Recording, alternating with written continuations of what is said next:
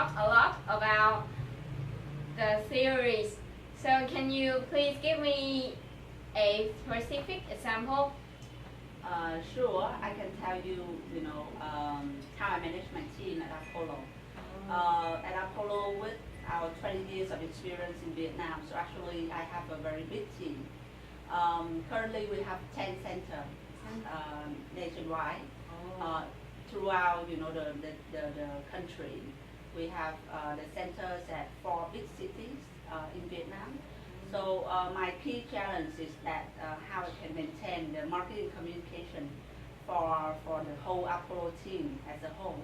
So basically we have two teams, one nationwide team, they're sitting in the same room with me, so that's not going to be a big problem. The other teams, we call that the marketing executive at the center. So they're going to sit at the center. So it means that I have 10 people stay in 10 different locations. And at first I thought it's like impossible to manage them because you cannot see them face to face daily. You're not gonna have weekly meeting with them, so it's impossible to know how they think.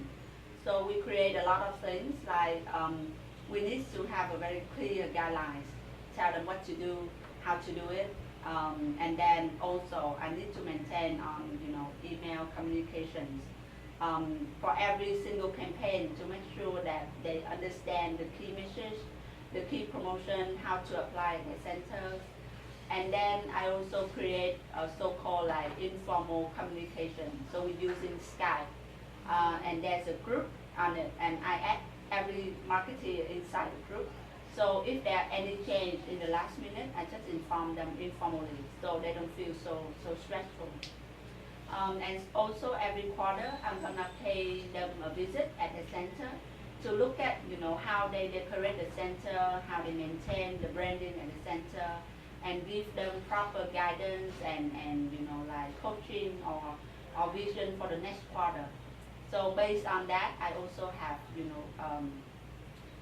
daily, not daily, just have proper contact with them so they don't feel that they're alone at the center.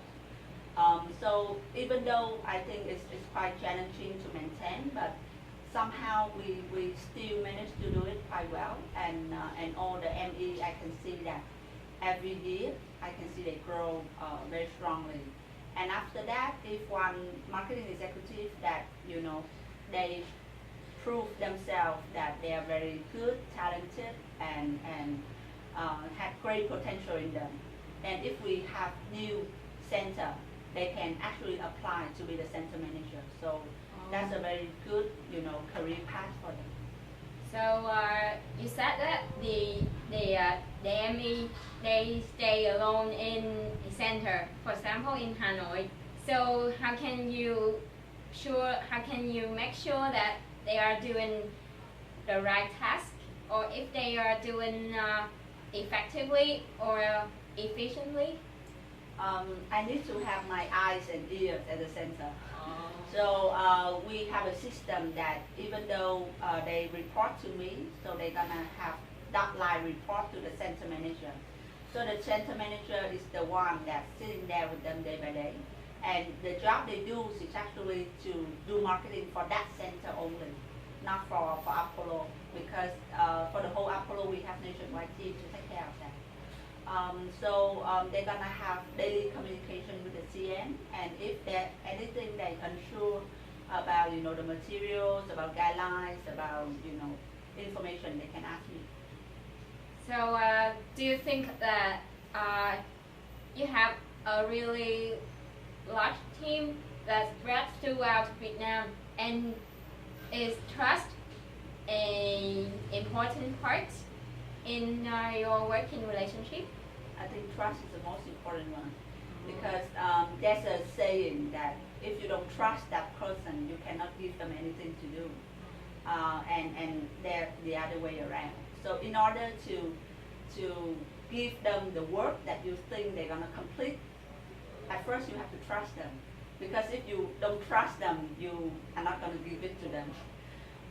So I think at first we have to take that risk and tell them clearly how to do it, and